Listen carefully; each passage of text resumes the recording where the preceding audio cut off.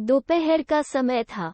राजा अकबर अपने दरबार में बैठे कुछ सोच रहे थे। अचानक उन्हें बीरबल की कही हुई एक बात याद आई।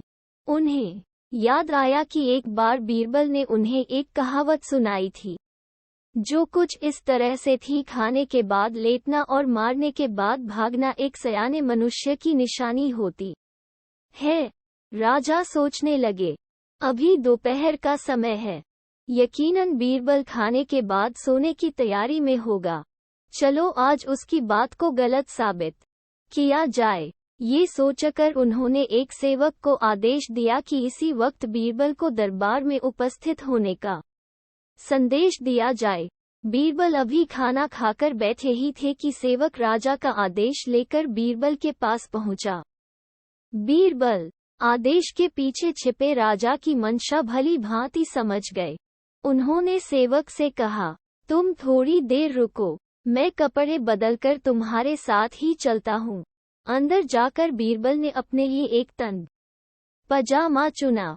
पजामा तन था तो उसे पहनने के लिए उन्हें बिस्तर पर लेटना पड़ा।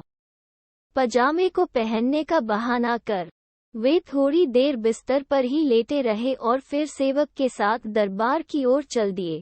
दरबार में राजा बीरबल की ही राह देख रहे थे। उनके वहां पहुंचते ही राजा ने पूछा, क्यों बीरबल, आज खाने के बाद लेटे थे या नहीं?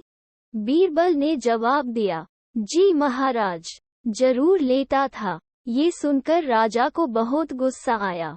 उन्होंने बीरबल से पूछा, इसका मतलब ये है कि तुमने मेरे आदेश का असम्मान किया। तुम उसी समय मेरे सामने क्यों उपस्थित नहीं हुए? इसके लिए मैं तुम्हें सजा देता हूँ।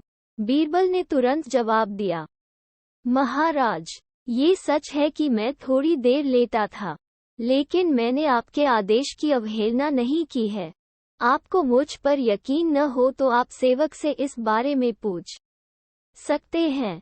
हाँ, ये अलग बात है कि मुझे इस तन पजामे को पहनने के लिए बिस्तर पर लेटना पड़ा था। बीरबल की इस बात को सुनकर अकबर हंसे बिना रह न सके और उन्होंने बीरबल को दरबार से जाने दिया।